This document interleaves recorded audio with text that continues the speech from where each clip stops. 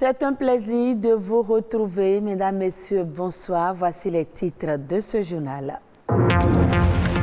Appelés Venanvi en Mina, Roko Enfant et Abedi en Yoruba, les jumeaux qui meurent sont considérés comme des dieux que les parents vénèrent.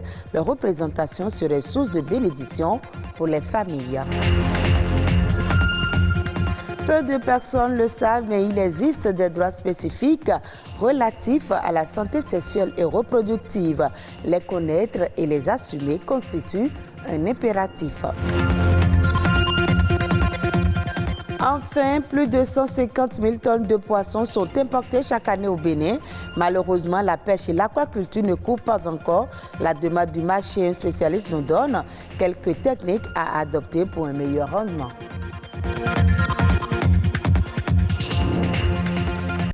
C'est une croyance qui date de plusieurs siècles et qui recommande que le ou les jumeaux décédés soient représentés par des bois sculptés et peints. Selon la tradition, ils ne sont pas morts, mais considérés comme des divinités et sont vénérés. Les parents de jumeaux et autres membres de la famille ont donc l'obligation de s'occuper d'eux, de prendre soin d'eux comme l'exige le Fa.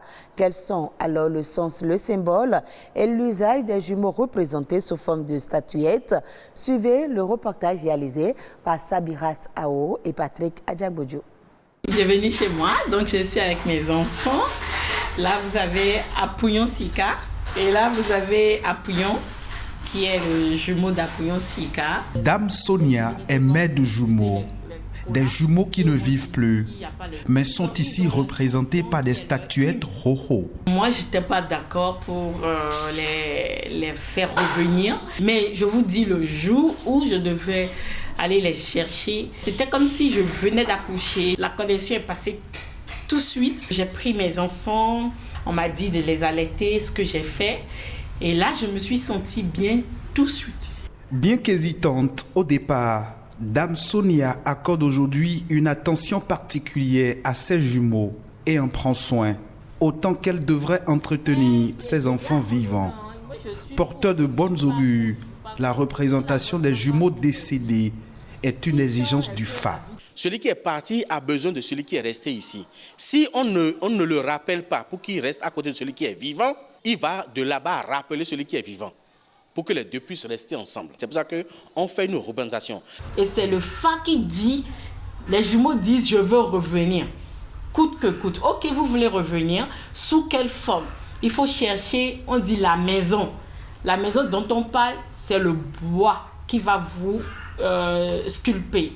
Sculptées à partir de bois spécifiques, ces statuettes incarnent l'esprit des jumeaux décédés et à qui des cultes endogènes sont voués.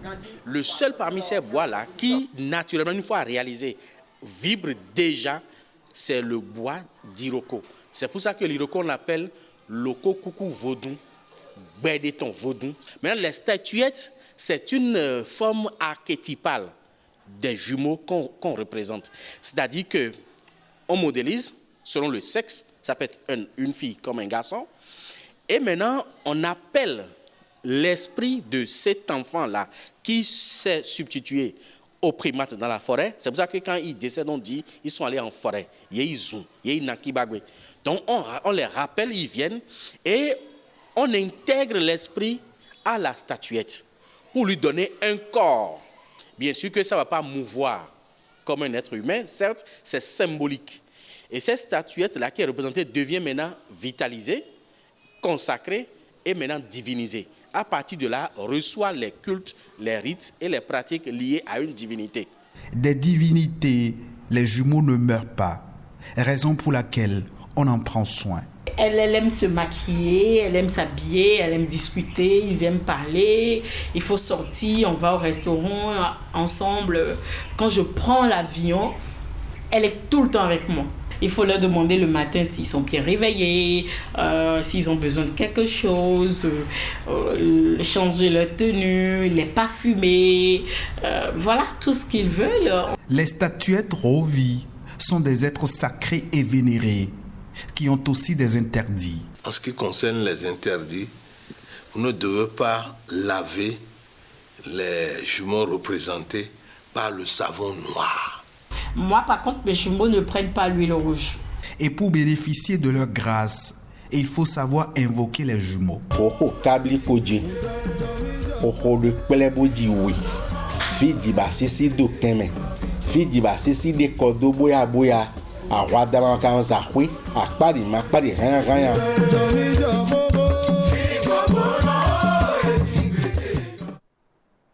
Vous ne le savez peut-être pas, mais il existe des droits spécifiques relatifs à la santé sexuelle. Peu de personnes le savent, mais les connaître et les assumer constitue un impératif. Quel est le contenu de ces droits et où en est le Bénin en ce qui concerne leur mise en application? La réponse dans ce reportage de Alessandra Diotan. Ce sont des prérogatives reconnues à tout être humain. Les droits de la santé sexuelle et reproductive sont universels. Au Bénin, ils sont consacrés par la loi du 3 mars 2003 relative à la santé sexuelle et à la reproduction. La santé d'abord, c'est quoi? C'est un état complet du bien-être physique, mental et social, et non seulement l'absence de maladie et d'infirmité. Et lorsqu'on définit la santé ainsi, on la rattache à la reproduction. Et à cet effet, on parle beaucoup du droit à la santé des hommes, mais surtout des cibles particulières, les adolescents et jeunes et les femmes. Je vais citer des exemples pratiques. Vous voyez la femme qui est à la maison, qui a des ennuis de santé, mais qui est obligé d'attendre que son mari, qui a voyagé ou qui est allé dans un champ quelque part, ou s'entendre, doit revenir lui donner des instructions avant qu'elle ne décide d'aller à l'hôpital. Droit d'accès aux soins et services de santé, à la confidentialité, à la sécurité de la personne, droit à l'information et à l'éducation, et le droit à la non-discrimination sont entre autres droits reconnus. Spécifiquement, le droit à la santé reproductive sous-entend la capacité d'avoir une vie sexuelle satisfaisante et sûre, les moyens de se reproduire et la liberté de décider du nombre d'enfants voulus en temps voulu. Dans les hôpitaux et centres de santé, comme ici au Centre hospitalier universitaire de la mère et de l'enfant, CHUMEL, les agents ne ménagent pas leurs efforts pour sensibiliser à la planification familiale. C'est difficile, la planification familiale au Bénin, tout le monde sait ça. Les femmes n'aiment pas choisir, n'aiment pas venir faire la planification.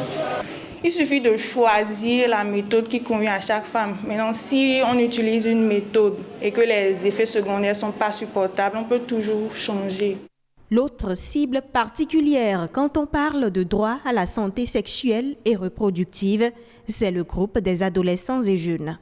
Lorsque nous avons une clinique de santé de la reproduction où des mamans de 40 ans, de 60 ans viennent pour des soins et l'adolescent de 16 ans, 18 ans viendra au même endroit, il y a un problème qui se pose. Les jeunes ont besoin de spécificité pour leur santé. Ils ont besoin de confidentialité. Autant d'impératifs qui justifient la mise en place de centres d'écoute pour adolescents et jeunes, de même que d'autres mesures spécifiques liées aux cibles particulières. L'aquaculture est l'une des solutions trouvées par les experts pour satisfaire les besoins en consommation halieutique du marché au Bénin avec l'aquaculture. C'est aussi de nouvelles espèces de poissons en voie de disparition qui seront produites pour la consommation. Joséa Baudrenou nous donne ici plus de détails. Quand on parle de l'aquaculture, les gens confondent l'aquaculture à une branche de l'aquaculture qui est la pisciculture. La pisciculture concerne seulement l'élevage des espèces de poissons qu'on pourrait retrouver dans nos eaux. Et ailleurs, on peut faire l'élevage par exemple des huîtres, c'est une autre technique. On peut faire l'élevage des algues aquatiques et même l'élevage des plantes aquatiques, c'est aussi dans l'aquaculture. Celui qui veut faire la pisciculture doit d'abord savoir quelles sont les espèces de poissons à élever. où les élever et quelles sont les conditions dans lesquelles on peut les élever. Habituellement, l'aquaculture ou l'élevage de poissons se fait dans les étangs. Nous avons des dispositifs de bacs dans lesquels on peut élever des poissons, et élevage en bac au sol, comme on peut avoir des bassins, c'est-à-dire construits en béton, dans lesquels on peut élever des poissons. Ça, c'est l'habitat du poisson. On essaie de reproduire ça aussi bien artificiellement comme naturellement dans les plans d'eau pour faire l'élevage des poissons. Mais maintenant, après avoir créé l'habitat, il faut s'assurer de l'espèce de poisson à élever. Au Bénin, nous avons les différents types de tilapia qu'on peut élever, mais aussi nous avons les clarias. La troisième chose, après avoir connu les espèces, la présence de l'eau, c'est-à-dire l'habitat, c'est que la troisième chose, c'est l'alimentation. Qu'est-ce qu'on veut donner à manger aux poissons? Aussi, au niveau de la diversité biologique, il y a des espèces qui sont en cours de disparition. Et aujourd'hui, quand vous allez dans le monde de l'aquaculture, en ce qui concerne les poissons d'aquarium, c'est pour la plupart des espèces qui ont disparu de leur écosystème naturel à cause de la surexploitation. Et aujourd'hui, l'aquaculture reste la seule solution pour faire revivre encore ces espèces. Ça veut dire que ça permet de renforcer la diversité biologique dans nos pays. Actualité hors du Bénin, la flambée du prix du baril de pétrole, la guerre en Ukraine, le changement climatique et l'importante sécheresse de cette année font craindre une crise alimentaire sur le continent africain et bien au-delà au Maroc. Le gouvernement a su que le royaume va échapper à une pénurie sur les importations de blé tendre et d'orge. Afin de pallier l'augmentation des prix, les subventions sont maintenues pour stabiliser le tarif du pain et du gaz domestique. Reportage. Depuis quelques mois déjà, les consommateurs marocains assistent à une hausse généralisée des prix. Les produits alimentaires, le transport, le carburant, tout augmente et la plupart des ménages marocains n'arrivent plus à joindre les deux bouts. La grogne et l'inquiétude se font entendre sur ce petit marché populaire, principalement à quelques jours de la période du Ramadan.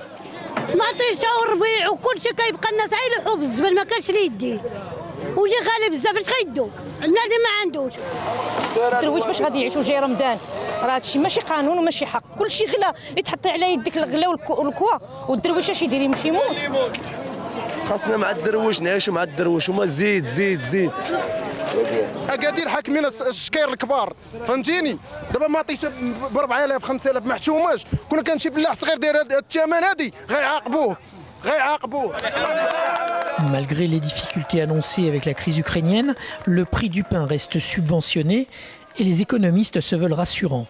Le Maroc détient un stock stratégique d'une durée de 6 mois pour les matières premières qui restent quotidiennement renouvelées. Même si cette année nous avons une période de sécheresse, il ne faut pas oublier que l'année dernière, nous avons une surproduction de 105 millions de quintaux de blé que le Maroc a produit et donc une partie a été stockée et qui va servir justement cette année. Pour le Maroc, il n'y a aucun problème donc de crise alimentaire puisqu'en fait nous avons des stocks stratégiques qui sont très très importants et nous avons aussi des sources d'approvisionnement avec lesquelles le Maroc a des contrats depuis longtemps et qui sont fidèles. Donc il y a une relation contractuelle avec ces différents pays pour justement alimenter le Maroc et garder donc notre stock stratégique de 6 mois. Avec des sources d'approvisionnement diversifiées en provenance de l'Argentine, du Brésil, du Canada, des États-Unis et l'annonce d'une politique d'aide et de soutien, le Maroc espère bien faire face à la crise. Et ce sera tout pour ce journal que vous pouvez suivre également sur le www.oactb.bj. Merci de nous avoir suivis et très bonne suite des programmes de BB24.